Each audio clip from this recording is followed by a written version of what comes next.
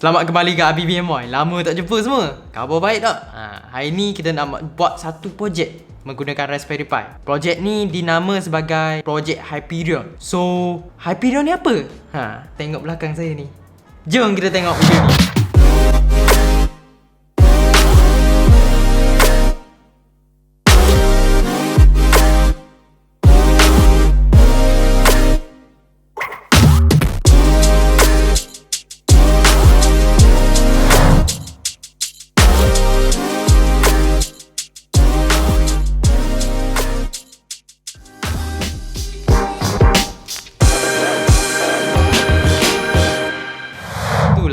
Hyperion, orang kata Hyperion ni, lampu LED akan mengikut skrin yang dipaparkan di monitor anda. Dia dikenali sebagai ambient light lah, kalau orang putih kata. Bahan-bahan yang diperlukan adalah seperti berikut.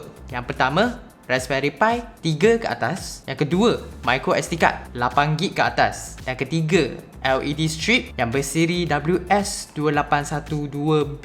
Dan keempat, video capture card. Dan kelima, DC connector lah. Dan keenam, power adapter untuk Raspberry Pi dan juga LED kita. Yang ketujuh ni optional, iaitu L-shape bracket untuk LED. Yang ni adalah untuk mencantikkan LED kita lah. Tapi kita akan show yang step lain sikit, iaitu cara melipat LED. Tutorial ni akan fokus kepada TV atau monitor yang Full HD, iaitu 1080p. Untuk yang 4K HDR, saya akan sharekan bahan ekstra di penutup video ni. So pastikan anda tonton sampai habis ya. Jadi step pertama, install Hyperion ke Raspberry Pi kita. Seperti video tentang print server, saya akan flash microSD card dengan Raspberry Pi OS. So untuk tahu lebih lanjut tentang projek sebelum ni, boleh klik link di atas. Projek ni saya akan pilih Raspberry Pi OS Lite dan flash menggunakan Raspberry Pi Imager. Dan selepas dah flash, kita harus letak dua file ni ke microSD card kita. Satu SSH dan kedua WTA supplicant conf. SSH ni adalah empty file dan WPA supplicant conf ni adalah network name kita lah. Saya dah letak di description bawah, so anda boleh merujuk di sana lah.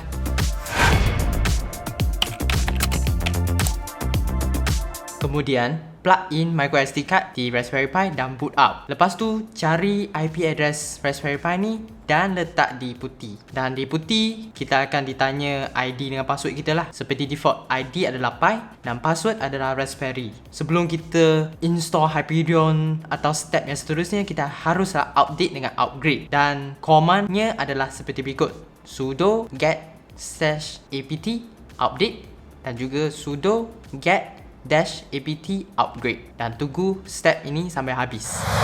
Sampai ke watak utama kita, iaitu install Hyperion. Dan commandnya adalah seperti berikut, iaitu wget dan link ini. Link ini saya akan letak di description. Anda boleh rujuk di sana juga. Selepas anda dah buat proses ni, anda haruslah install dengan di package dia. Dan commandnya adalah seperti berikut, iaitu sudo dpkg-i dan juga file name untuk Hyperion yang anda download tadi tu. Make sure yang ARM yang pilih tu adalah ARM7L.deb ya. Ini adalah khas untuk Raspberry Pi 3 dan ke-4. Lepas dah install, anda harus pergilah ke browser anda dan letak IP address Raspberry Pi ni dengan :8090 untuk make sure Hyperion anda dah boleh diguna.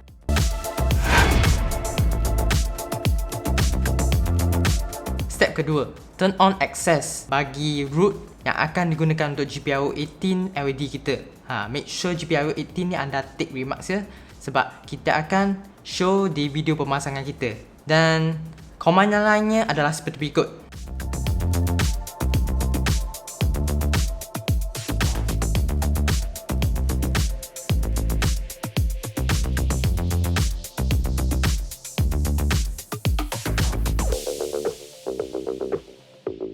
Selepas anda dah siap, anda haruslah reboot Raspberry Pi kita.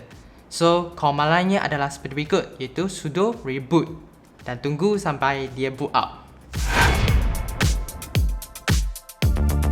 Step ketiga, set up Hyperion. Untuk set up Hyperion ni, kita harus pergi balik ke browser kita dan letak IP address Raspberry Pi dengan :8090. ID dengan password adalah sama seperti putih lah. Pertama, tukar setting kita ke expert dan apply. Dan kedua, pergi ke configuration, general dan LED instant, tukar nama kita. Untuk kita letak GPIO 18 untuk easy access lah. Dan selepas itu, pergi ke LED hardware dan tukar controller type kita ke WS2812X. Dan hardware LED count ni adalah depends ke TV anda. So anda boleh letak je lah LED strip di belakang dan kira agak-agak lah orang kata. Dan RGB byte order tukar ke GRB. Kemudian anda harus pergi ke LED layout. So ini adalah setting kita lah. Kita dah calculate top LED count kita, bottom LED count kita dengan left dan right count kita juga. Anda harus depends ke LED yang diletakkan di belakang TV atau monitor anda lah. Yang untuk setup kita juga tick reverse direction disebabkan Raspberry Pi kita akan letak di bawah TV kita. Dan advanced setting kita letak as default dan save layout. Seterusnya, pergi ke capturing hardware. Disebabkan kita menggunakan video capture card, anda haruslah disablekan enable platform capture dan enablekan USB capture. Kemudian, pergi ke remote control dan make sure smoothing, black bar detection, platform capture, LED telah di-on-kan. Sekiranya Hyperion anda tidak berjalan dengan lancar, cuba turn off dan turn on balik. Setup semua kan? Tentu anda tanya, mana nak letak Raspberry Pi ni? Video capture card lagi, LED nak tepek mana? Jom kita tengok ke video pemasaran.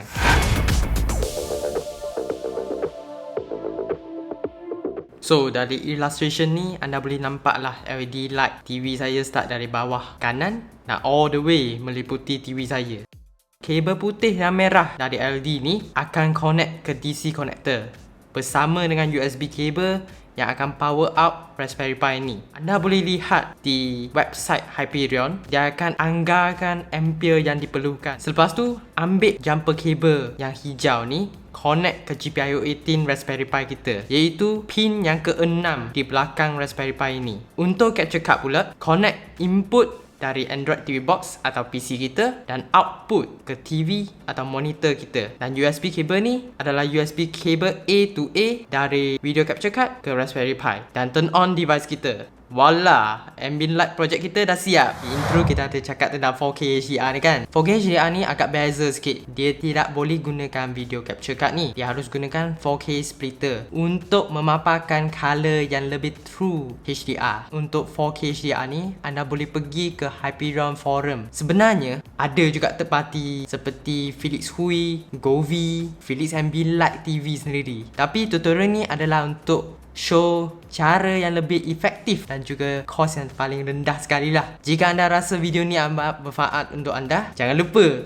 like, share dan subscribe ke channel kita. Lagi satu, jangan lupa tekan butang loceng tu ABV, peace out.